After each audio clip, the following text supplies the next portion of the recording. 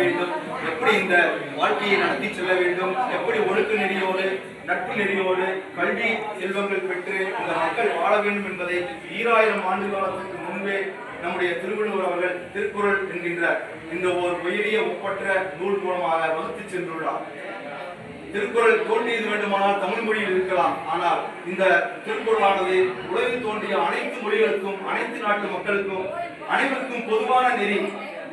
ஏனென்றால் இது உலகில் உள்ள அனைத்து உயிர்களும் எப்படி வாழ வேண்டும் என்பதை ஒருமுகமாக உருவாக்கி தந்துள்ள நூல். அதனால்தான் நாம் திருக்குறளை அனைத்து மொழிகளுக்கும் அனைத்து மக்களுக்கும் ஏன் உலகில் உள்ள அனைத்து உயிர்களுக்குமான பொதுவான நூலாக நாம் போற்றிக் கொண்டு வருகிறோம். இத்தகைய உயர்வான இந்த நெறியை நம் அனைவரும் பரப்ப சமஸ்கிருத மொழியில் ஒன்றுமே புரியாத வகையில் ஒரு மந்திரத்தை சொல்லி நம்முடைய வீட்டு நிகழ்வுகளை நடத்துவதை நாம் தவிர்க்க வேண்டும்.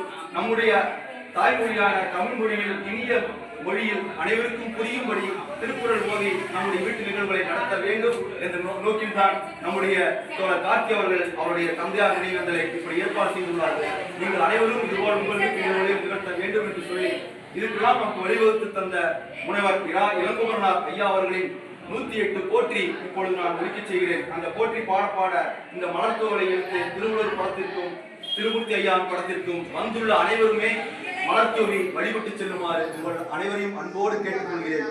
இந்த நிகழ்வை நமக்கு வகுத்து தந்தவர் முனைவர் முதுமுனைவர் இளங்குமரன் ஐயா அவர்கள். இது போன்ற நிகழ்வுகள் 5000 நிகழ்வுகளை நடத்தி 95 அகவையுறை வாழ்ந்து 2 ஆண்டுக்கு முன்பு மறைந்தார்.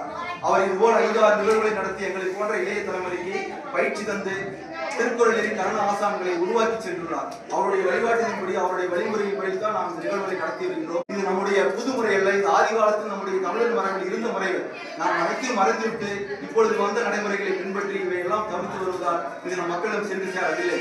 அதனால் தான் நம்முடைய வீட்டு நிகழ்வுகளை இப்படி நிகழ்த்தி தமிழ் வழியில் நமக்கு புரிந்த எளிய முறையில் திருக்குறள் முறையில் நாம் நடத்த வேண்டும் என்று இந்த நிகழ்வை நடத்துகின்றோம். இப்பொழுது முதுமுனைவர் இளங்குமரன் ஐயா அவர்கள் இயற்றிய 108 திருக்குறள் போற்றி ஒழிக்க அனைவரும் வந்து மலர் தூவி திருவள்ளுவரையும் திருமூர்த்தி ஐயாவையும் வணங்கி செல்லுமாறு உங்கள் அனைவரையும் கேட்டுக்கொள்கிறேன்.